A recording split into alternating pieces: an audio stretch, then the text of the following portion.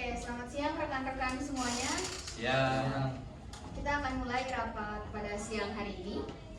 Seperti yang kita ketahui, kita memiliki tugas kelompok dengan waktu yang cukup terbatas.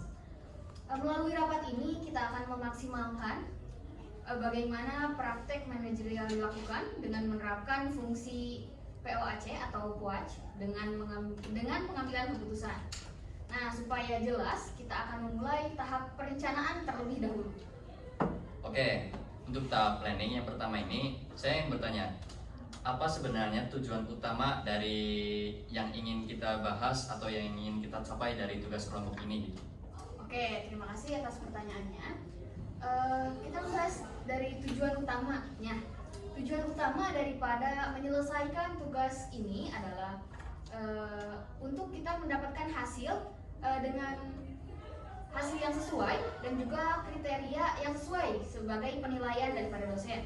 Nah, selain itu kita juga ingin memastikan bahwa setiap anggota kelompok kita ini memahami perannya masing-masing.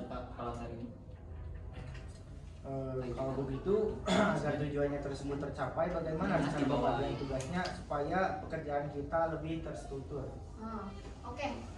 Agar pekerjaan kita lebih terstruktur, tentunya adanya tahap organizing ya. Saya akan membagi tugas kepada rekan-rekan sekalian berdasarkan kemampuan dan minat masing-masing anggota.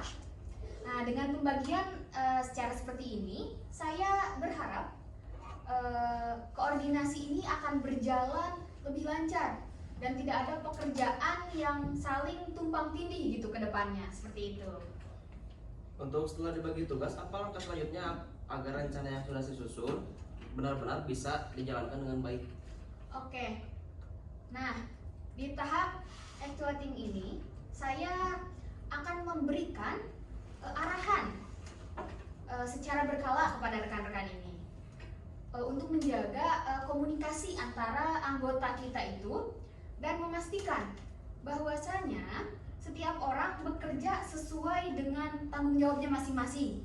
Nah, saya juga akan memberikan motivasi. Mengapa demikian? Karena motivasi itu juga penting agar semangat kerja itu tetap terjaga dengan baik. Seperti itu, kawan-kawan. Jika di tengah proses nanti ada kendala atau keterlambatan, bagaimana cara kita mengatasinya? Oke, jika nanti ada kendala atau keterlambatan ya. Nah, disinilah fungsi controlling berperan. Kita akan memantau proses secara berkala dan melakukan evaluasi singkat. Nah, jika ditemukan suatu masalah gitu, kita akan segera melakukan perbaikan agar masalah tersebut tidak akan mengganggu tenggat waktu kita, yang mana kita ketahui waktu kita untuk mengerjakan tugas ini tuh sangat-sangat terbatas. Seperti itu. Dalam kondisi waktu yang terbatas, bagaimana proses pengambilan keputusan yang dilakukan oleh ketua? Oke. Kita berbicara mengenai pengambilan keputusan. Nah, pengambilan keputusan ini kita akan mulai dari mengidentifikasi masalahnya terlebih dahulu. Jadi kita akan identifikasi masalah apa yang muncul gitu. Nah, setelah mengumpulkan informasi, kita akan menentukan beberapa alternatif solusi, atau kita juga bisa langsung memilih keputusan yang paling memungkinkan untuk diterapkan.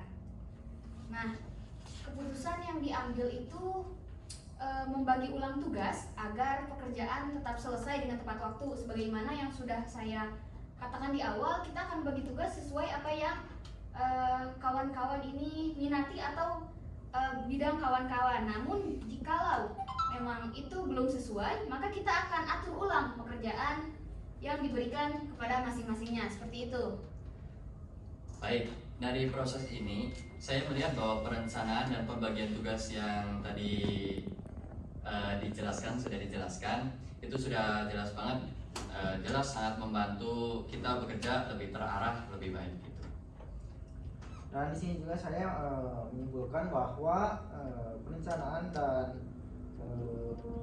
bahwa tanpa pengawasan dan komunikasi yang baik, rencana yang sudah disusun bisa saja tidak berjalan maksimal. Ya, betul apa yang disampaikan, bahwasanya jika suatu kinerja yang dilakukan tanpa adanya pengawasan dan komunikasi yang baik itu akan berjalan kurang maksimal. Nah, mungkin kurang lebih rapat kita pada siang hari ini cukup sekian. Apakah sudah jelas? Ya, Gimana? secara terseluruh sudah jelas. Sudah jelas? Oke. Sebagai penutup, dapat disimpulkan bahwasanya pengawasan fungsi POAC dalam mengambil keputusan ini yang rasional sangat penting dalam kegiatan manajerial.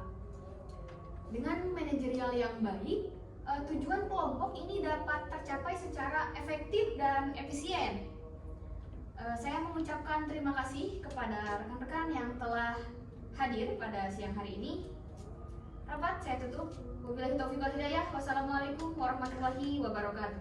Waalaikumsalam warahmatullahi wabarakatuh.